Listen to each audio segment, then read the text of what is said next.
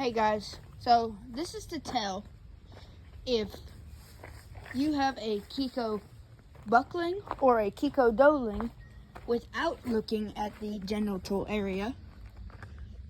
You can tell our white buckling here, Aries. You can tell he's pretty big. He's got big horns. You can see his horns are big around. Like we had 7-month-old boar bucklings before, and his horns were about his size right there. And then you have a Kiko Doling. She's 1 day younger. I can't get as close up to her. You can tell she's quite a bit smaller. Her horns are a whole lot smaller. And she's a lot lighter boned.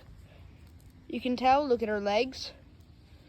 Now, sometimes they're not quite as lightly boned. Like, this is a 3-month-old Kiko Doling. And look, she's got bigger bone legs. Her legs aren't as skinny. She had more of a belly. She's kind of thinner. But you can tell the buckling's horns are a whole lot bigger than the Dolings. I mean, those are some big old horns right there for 9 weeks.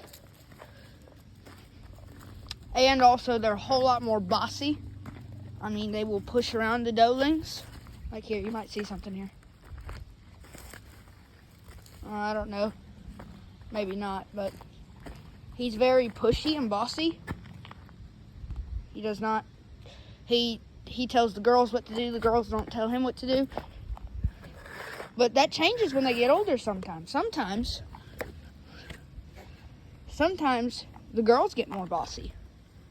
But most of the time, when they're young like this, the boys are more bossy. And you can tell, he is younger than the black and tan goat right here, Daisy. Aries is younger than Daisy. And look, he's bigger than her. Just the Kiko bucklings are a whole lot bigger. Now, there were bucklings over there that were the same age that were her size over there, the Rose, the little reddish-brown goat. But they were the same age as him. So either he has really good genetics or he's just big. I mean,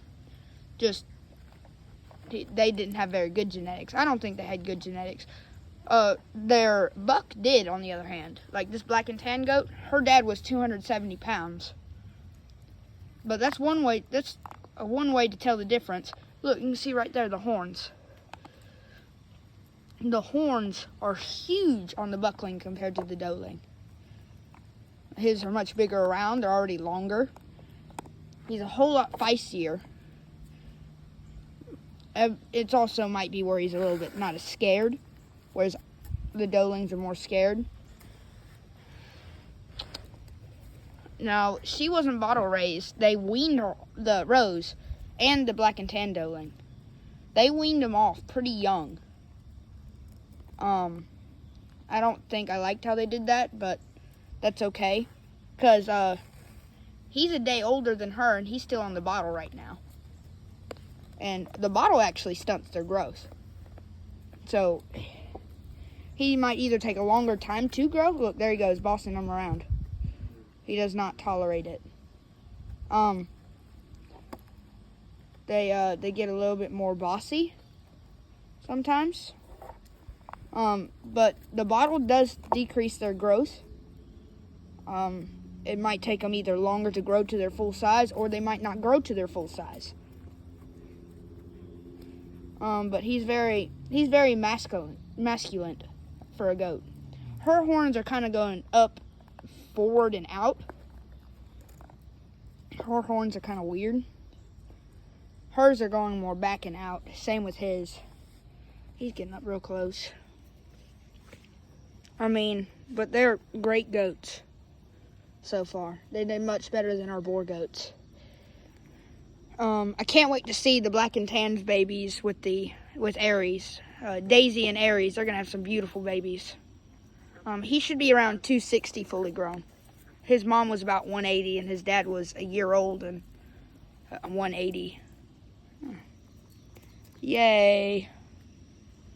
At least her stool is solid. Round. Look, He really is bossing around that black and tan goat. He can tell she's bossy. And she is kind of bossy. She bosses around Rose. But Rose is kind of like her comfort area. And that's probably the main way to tell the difference without looking at the genital area. Like you can look right there. Perfect example.